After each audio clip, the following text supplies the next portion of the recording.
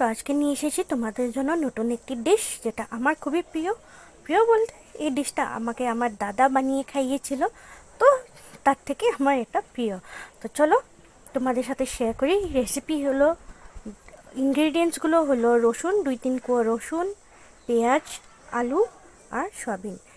আলুর সাথে তোমরা নানান রকমের সবজিও দিতে পারো, টোটালি অপশনাল। দিলেও ভালো লাগে, না দিলেও খুবই ভালো লাগে খেতে।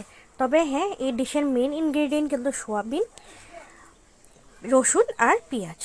তার সাথে হলো চাল, যেটার সাথে আমি কিশমিশ ভিজিয়ে রেখেছি। এটাও কিন্তু অপশনাল, কিশমিশ দিলে খুবই ভালো লাগে, না দিলেও কোনো ব্যাপার না। তো প্রেশার কুকারে তেল গরম হয়ে গেছে, তো আমি এখন দিয়ে দিব প্রথমে রসুন।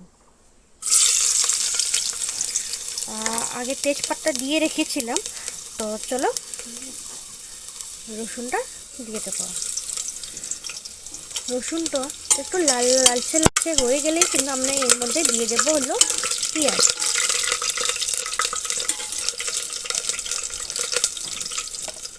এখন আমরা দিয়ে দেবো এর মধ্যে পেঁয়াজ।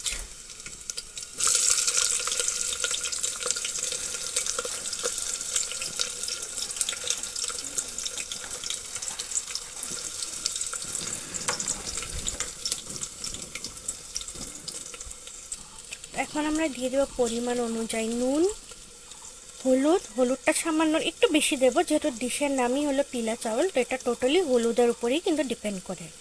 আর হলো চিলি পাউডার, আর কিন্তু কিচ্ছু লাগবে না ইনগ্রেডিয়েন্টে। চিলি পাউডারটা টোটালি তোমাদের উপর, কে কীভাবে কোন পরিমাণে ঝাল খাও সেটা হলো টোটালি এর উপরে, আর কিন্তু কিচ্ছু লাগবে না। যদি চাও হ্যাঁ কাঁচা মরিচও কিন্তু দিতে পারো সঙ্গে। একটু নাড়াচাড়া করে এর মধ্যে এখন দিয়ে দেব আগে হলো আলু।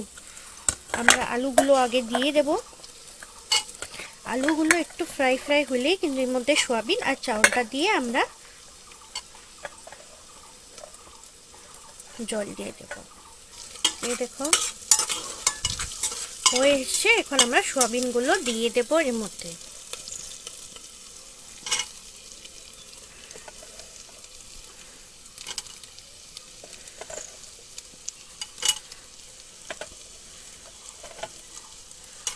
তো সয়াবিন দিয়ে দিচ্ছি, এখন এর মধ্যে চাল দিয়ে একটু নাড়াচাড়া করে জল দিয়ে দেব।